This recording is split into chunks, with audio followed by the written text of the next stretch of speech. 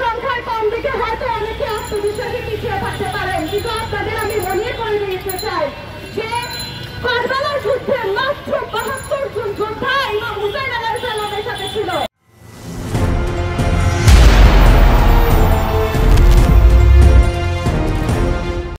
অংশগ্রহণ করছে তাদেরকে আমি ধন্যবাদ জানাই। আমরা হয়তো আজকে সংখ্যায় কম হতে পারি, কিন্তু আমরা বদরের যুদ্ধের ইতিহাস ভুলে যাইনি, কারবালার যুদ্ধের ইতিহাস ভুলে যাইনি। বদরের যুদ্ধে কতজন সংখ্যা ছিল যোদ্ধাদের তা আমরা জানি, কারবালার যুদ্ধে মাত্র কতজন সংখ্যা ছিল যোদ্ধাদের তা আমরা জানি।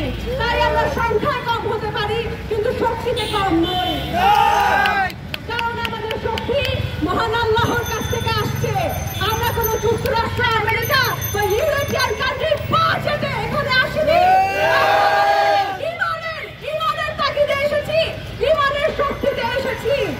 আজ যারা ভাবছে ফিলিস্তিনকে পৃথিবীর পর থেকে লুটিয়ে দেওয়া সম্ভব, আজ যারা ভাবছে যে আল-আকসাকে ধ্বংস করে দেওয়া সম্ভব, তারা বোকার রাজ্যে বাস করছে।